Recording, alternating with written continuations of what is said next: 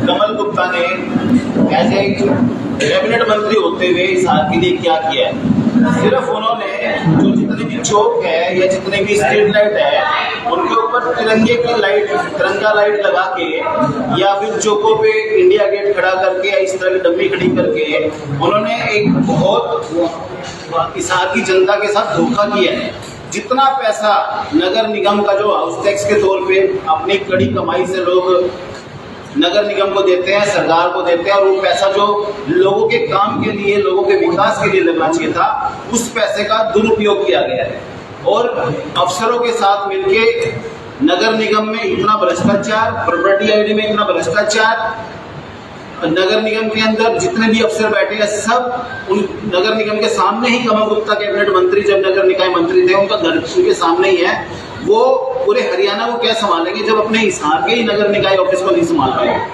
दूसरा, मैं आप लोगों के सामने मीडिया के माध्यम से ये बात क्लियर करना चाहता हूँ कि आज मैं अपने सभी साथियों के साथ विचार विमर्श करके आगे का कोई रणनीति बनाएंगे। और आज मेरे सभी साथी, मेरी टीम के लोग आज सभी इकट्ठे हो रखे हैं। और मैं लेकिन एक बात सभी साथियों से पूछ चुका हूं और ये एक बात का मैं खुलासा आप लोगों के सामने करना चाह रहा हूं। मैं अपने सभी पदों से भारतीय जनता पार्टी से आज मैं इस्तीफा देता हूं और उसके बाद जो भी मेरा निर्णय होगा मेरे साथियों के साथ, मेरी टीम के साथ मैं मिलकर आगे का जो भी रोड मैप होगा हमारा मिलकर हम आप सबके सामने रखेंगे। और हिसार की भलाई के लिए जो भी कदम उठाना पड़ेगा हम उठाएंगे। हिसार की जनता पिछले 10 सालों से दुखी है, इस बात का बच्चे को पता है। और हमारी भारतीय जनता पार्टी को मुझे लगता है कोई सशक्त उम्मीदवार नहीं चाहिए, उनको कोई डम्मी कैंडिडेट चाहिए, इसीलिए उन्होंने डॉक्टर कमल गुप्ता को आज यहाँ पर टिकट देके भेजा है। और हिसार की जनता, मैं ये मानता हूँ कि उनको हराने का काम नहीं करेगी, बल्कि हिसार की जनता उनकी जमानत जब्त करवाने का काम करेगी। जिस तरीके से डॉक्टर कमल गुप्ता का बिहेवियर है, जिस तरीके से वो बोलते हैं, अब 1 महीना वो चापलूसी करेंगे लोगों की, गली गली जाके उनके चाय पिएंगे, उनके पैर पकड़ेंगे। लेकिन लोगों को इस बात का ध्यान रखना है पिछले 10 सालों में उन्होंने कैसे हिसार की जनता को दुत्कारा है, कैसे अपने घर पे नहीं घुसने दिया, कैसे एक भी बंदे को पानी तक का गिलास नहीं पूछा उन्होंने। और उनके पास कोई भी रोड मैप नहीं है, सिर्फ हवाई बातें। उनसे अगर कोई मीडिया वाला वो बात पूछता है कि हिसार की समस्या को लेकर क्या होगा, तो वो बात करते हैं 370 धारा की, वो बात करते हैं मुसलमान हिंदू की। उस विकास के ऊपर उनके पास कोई जवाब नहीं है, कोई रोड मैप नहीं है। और सिर्फ वो अपने स्वार्थ सिद्ध करने के लिए तीसरी बार टिकट लेके आए हैं और उनको हिसार की जनता से कोई मतलब नहीं है। देखिए, मैं चुनाव लड़ूंगा नहीं लड़ूंगा, ये बात अभी हमारे जो बड़े बुजुर्ग आए हुए हैं, मेरी टीम के साथी आए हुए हैं, उनके साथ विचार विमर्श करके अभी आज हम फैसला लेंगे।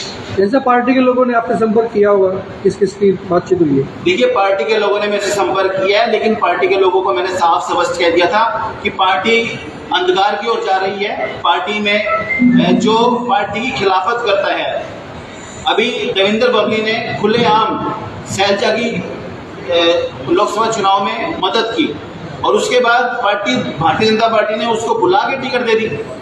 अनूप धानक जो कल आया है पार्टी में, उसको टिकट दे दी। तो यहाँ पर जो 20-20 साल से 25-25 साल से जो कार्यकर्ता काम कर रहे हैं, जो दरी बिछाने का काम कर रहे हैं, तो क्या भारतीय जनता पार्टी का जो कार्यकर्ता है या आरएसएस के जो लोग हैं उनका काम सिर्फ दरी बिछाना है क्या? ये बात मैं भारतीय जनता पार्टी से पूछना चाहता हूँ कि भारतीय जनता पार्टी को अब की बारी जो 10 सालों में भी अपने पार्टी के अंदर उम्मीदवार नहीं थे कि जिनको वो टिकट दे के मैदान में उतार सके। किसकी वजह से ऐसा हो रहा है? आपको क्या लगता है कि पार्टी में से कौन लोग हैं जो कार्यकर्ताओं की अनदेखी कर रहे हैं? देखिए, ये बात स्पष्ट है, ये सारी पार्टियां बोलती है कि सर्वे होते हैं और पब्लिक का फीडबैक लिया जाता है। तो मैं ये बात बोलता हूं कि पब्लिक का फीडबैक अगर उन्होंने ध्यान में रखा होता, हमारी जो पुरानी मेरी पार्टी थी भारतीय जनता पार्टी, उसने अगर ध्यान में रखा होता और सर्वे पे गए होते तो कमल गुप्ता को टिकट कभी नहीं मिलती। और ये बात सबको पता है, सारे लोग तैयार हैं। आज एक सशक्त उम्मीदवार के साथ लगना चाहते हैं लोग, जो हिसार के बीच में रहे, 24 घंटे उनके साथ रहे, सुख दुख में खड़ा रहे और उनकी समस्याओं का जो निवारण है, जो समस्याओं की जो बात है विधानसभा तक उठाए, उनको ऐसा व्यक्ति चाहिए हिसार में। ऐसा व्यक्ति नहीं चाहिए जो झूठ के पुलिंदे बनाता हो, जो सिर्फ हवाई जहाज हवा में उड़ाता हो, और सिर्फ जो 9/11 के मोड़ पे डम्मी जैसे हवाई जहाज खड़े करे हैं वैसे डम्मी विधायक नहीं चाहिए हिसार की जनता को। हिसार की जनता को चाहिए जो 24 घंटे जो यही जीता हो यही मरता हो हिसार की जनता के बीच में।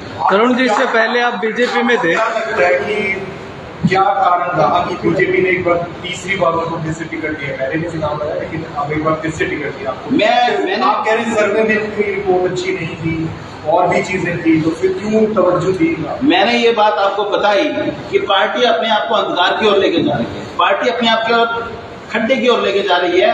पार्टी जिस तरीके से टिकटों का वितरण किया है, पूरे हरियाणा के अंदर रोष है। भारतीय जनता पार्टी के जितने भी कार्यकर्ता हैं, मेरे ख्याल से सैकड़ों इस्तीफे कल से लेके आज तक हो चुके हैं और सैकड़ों इस्तीफे आज शाम तक और हो जाएंगे।